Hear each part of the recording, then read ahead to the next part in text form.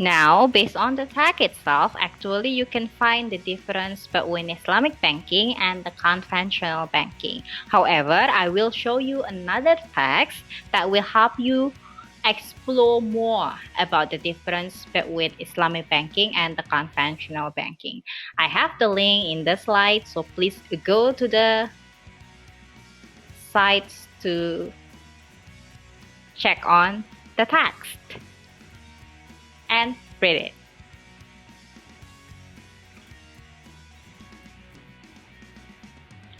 So this is the text.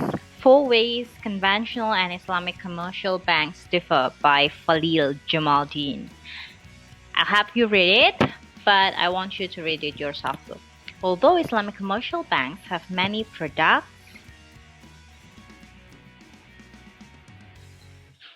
similar to those offered by conventional banks, the two entities differ conceptually. One key difference is that conventional banks earn their money by charging interest and fees for services, whereas Islamic banks earn their money by profit loss sharing, trading, leasing, charging fees for service rendered, and using other Sharia contracts of exchange. Following are four key ways that conventional and Islamic commercial banks differ. So here is the oversight of Sharia board. A Sharia board consists of Islamic scholars who are qualified to give opinions in Islamic business contracts. Islamic banks and other financial institutions must comply with a variety of principles besides avoiding interest. Islamic finance is based on 4 core principles: prohibiting usury, avoiding speculations, avoiding gambling, and investing ethically. Next is concepts of money and the basis of transactions. To say that Islamic banks are different from conventional banks because the former don't charge interest is accurate, but it's only the tip of the iceberg. That difference is just one of many ways that fundamentals of Islamic banking differ from those conventional commercial banking. Here I want to highlight some words for you. The first one is former.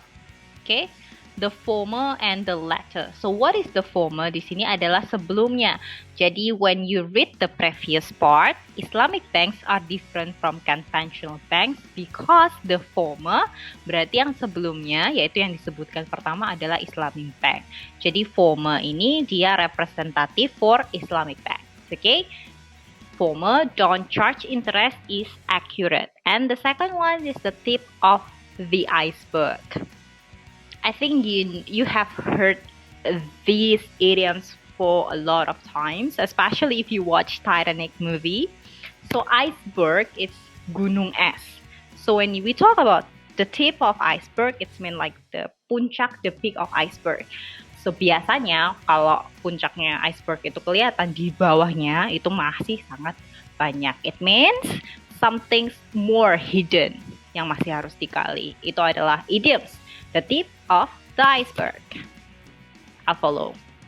Next, relationship with clients or customers. When you deposit your paycheck in a conventional bank, your relationship with that bank is one of creditor to debtor. The bank has a responsibility to pay back your money with or without interest according to your account contract. Similarly, it was reversed when the bank provides you with loan. However, it's different in Islamic banks. The debtor and creditor relationship doesn't exist at times in Islamic banking. And then the last one is investment in the bank. Investment in conventional commercial banks are based on guaranteed principles and earning a fixed amount of income. So basically, it's like, investments. Okay. Please do read everything yourself, and then we'll get back to the slides. After you read the text, I think you found out the 4 differences between conventional banks and Sharia banks. So the first is about Sharia board, the second one is concept of money, the third one is bank-client relationship, and the last one is investment. Now, in open discussions, I want you to discuss your own view or experience about using conventional banks and or Syariah banks. So di open discussion, saya ingin kalian mendiskusikan pemikiran kalian tentang bagaimana bagaimana Syariah bank itu berbeda dengan conventional bank. Dan kalau misalnya kalian punya pengalaman pergi ke conventional bank dan ke Syariah bank, apa yang berbeda dari kedua hal tersebut? So, hit. Do you have any other things to comment or ask? If you do have, please post it on the open discussion. Next, ethnocentrism. Here's a keyword for you. Ethno means ethnicity or ethnic, and centrism from the word center. So ethnic and center. That's ethnocentrism. Yeah, highlightnya. Then I want you to read and do comprehension A and B for ethnocentrism. And that's it. So your assignment for today is comment about your views of Islamic banks and or your experience using Islamic banks versus conventional banks. Second is read the link article.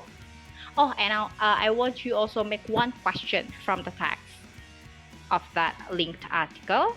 Ya, jadi kalian buat satu pertanyaan aja yang jawabannya bisa ditemukan di artikel yang dilekan itu. Yang terakhir adalah comprehension A and B for ethnocentrism.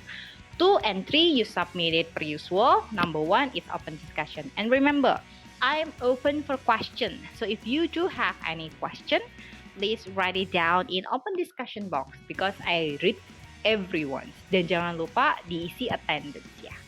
Okay, that's it. Thank you very much. See you next week.